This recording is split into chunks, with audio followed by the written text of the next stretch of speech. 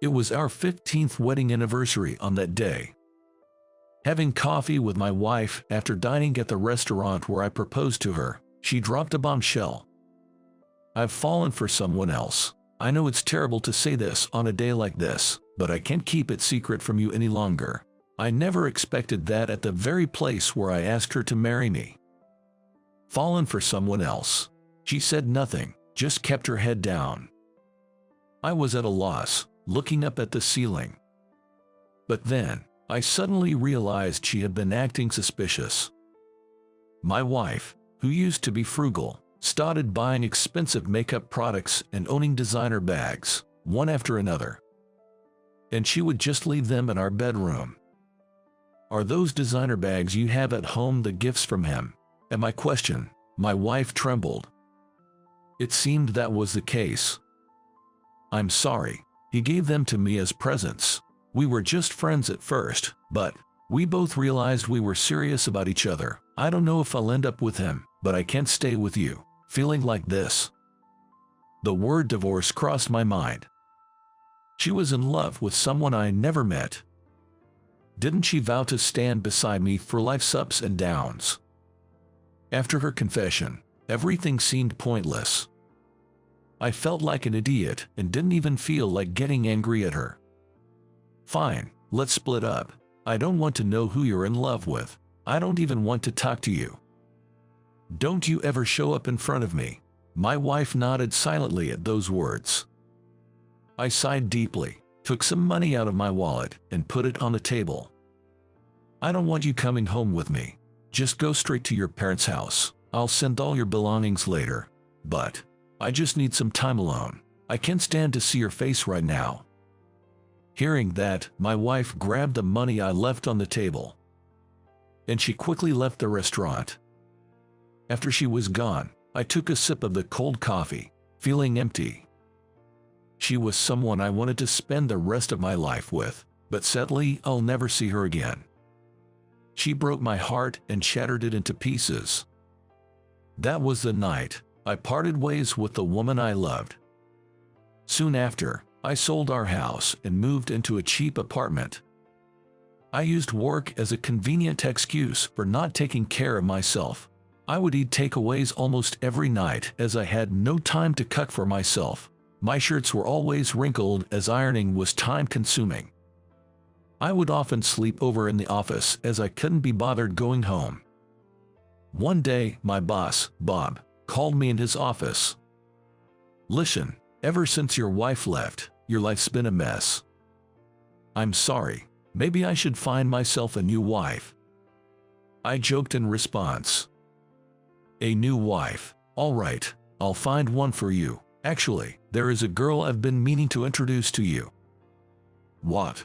She's a relative of mine, a really nice girl. Wait a minute, please. Bob wasn't listening to me and was already making a call on his cell phone. Hello, Emily. Are you available to talk right now? I was stunned as Bob, even over the phone, cheerfully chatted with her in front of me. Great. Can you come over tomorrow morning? After hanging up the phone, Bob looked at me with a big smile. Her name is Emily. She'll stop by your house tomorrow morning. I've given her your address. Why don't you ask her to make breakfast for you? What are you talking about? Of course, it's not free. Bob started to tell me about Emily while laughing. She's been job hunting for a while. I told her she'd get paid by you for looking after you, so I'll leave it with you. Are you serious? That sounds like hiring a housekeeper. I felt dizzy at Bob's outrageous suggestion. But maybe he was just joking about finding a new wife for me. Yep, that must be it. She's a good girl, so if you like her, consider proposing to her. She's a very loyal person. She wouldn't leave you no matter what. Please, stop joking about things like that, I said to Bob, and then hurried off to the client meeting. After the meeting, I sent a report email to Bob, although I was exhausted. I'd dreaded going home. Maybe I'll stay at the office again tonight. Or should I find a cheap motel to stay at? As I was contemplating and walking through the streets, a young woman approached me. Excuse me, are you John? Yes, I am. And you are. Nice to meet you. I'm Emily, Bob's relative. She was the woman Bob called earlier today. Nice to meet you too. But how did you find me here? I was so confused that I didn't know what was going on. Uncle Bob told me you'd be around here somewhere. I happened to be nearby, so I thought I'd come to say hello. Looking forward to working for you from tomorrow, she said with a smile. I could only smile back wryly. Then, the next day, "Good morning, John." She appeared at my front door. Of course, I couldn't just send her away. What would Bob think if I did? So I invited her in and let her make me breakfast. It had been a while since I had homemade food.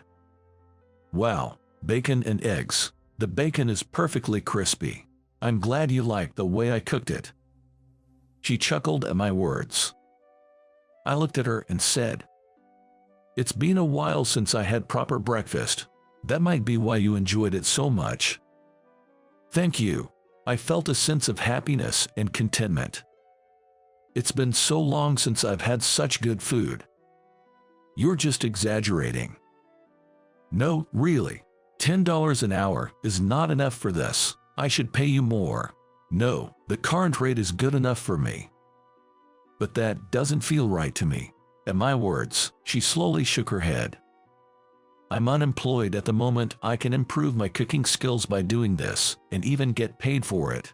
So I couldn't, and I wouldn't ask for a pay rise, she said with a bright smile. By the way, why did you agree to look after an old guy like me? Her expression changed instantly. She turned her face away from me and gave a strained smile. That's because I just admire someone like you, John. That's nice to hear, but I could tell she was lying. Her gentle demeanor became rather tense now. I felt something wasn't right. Is there something you're hiding from me? No, not at all. After saying that, I'm sorry. She suddenly raised her voice. What's wrong? I had absolutely no idea why she apologized to me. The truth is, the man your ex-wife fell in love with was my father. What?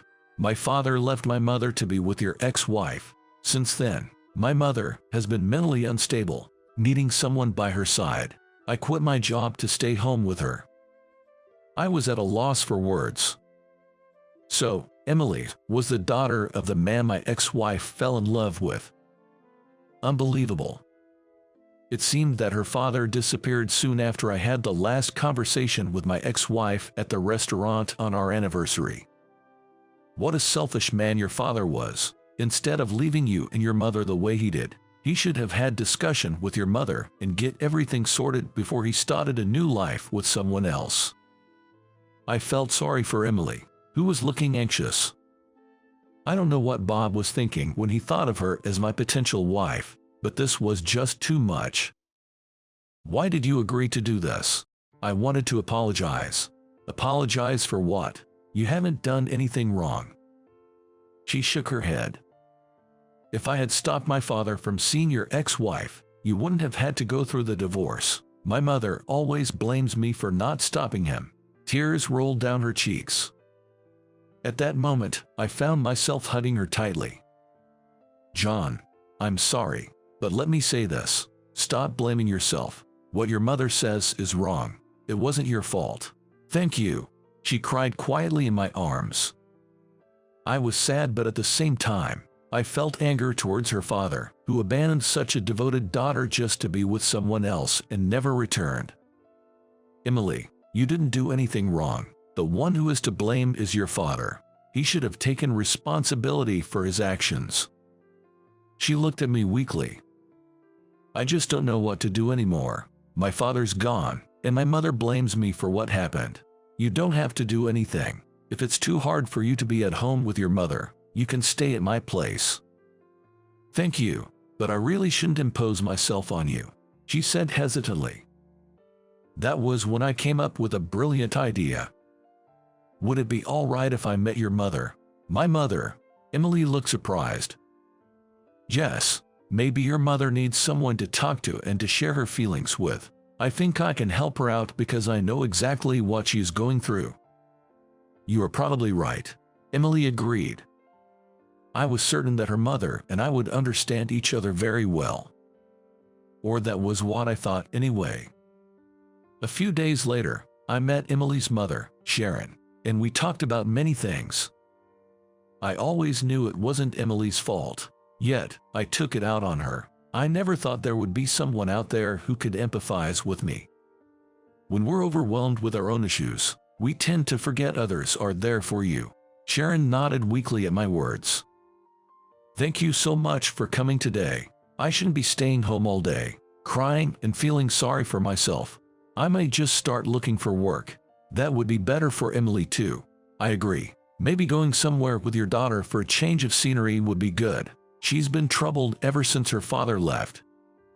As we spoke, Sharon hesitantly continued. "I know it's a bold request, but would you be kind enough to take her out? I've hurt her so much that I should distance myself from her while I get my life sorted." Looking at her sad smile, I suddenly had an inexplicable feeling of sorrow. "I understand. If there's anything I can do, just let me know." "Thank you." She smiled at me. I smiled back at her. Emily continued to come to my house and help me with domestic chores. Not only that, we would go for a walk together to the nearby park and sometimes visit art galleries and aquariums and such. Gradually, she began to spend more time at my house. And we ended up getting married. I absolutely adore Emily. Sharon, who had reconciled with her, was very happy to see us together. Today, the kitchen is filled with the aroma of Emily's cooking. The sound of her chopping food with a kitchen knife was music to my ears. She happily said to me, "I never thought I'd be your wife." I'm surprised too, to meet and marry someone 20 years younger than I am. I thank Uncle Bob for his crazy idea. Without that, we wouldn't have even met each other. Yes, I do too. Bob introduced Emily to me, thinking that two people abandoned by their family or partner would be able to understand each other, and that could help recover from the pain caused by the desertion. But he never expected us to get married. Life is really unpredictable.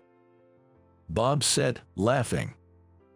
Maybe we should ask Bob to make a speech at our wedding. That's a good idea, Emily said with a big smile.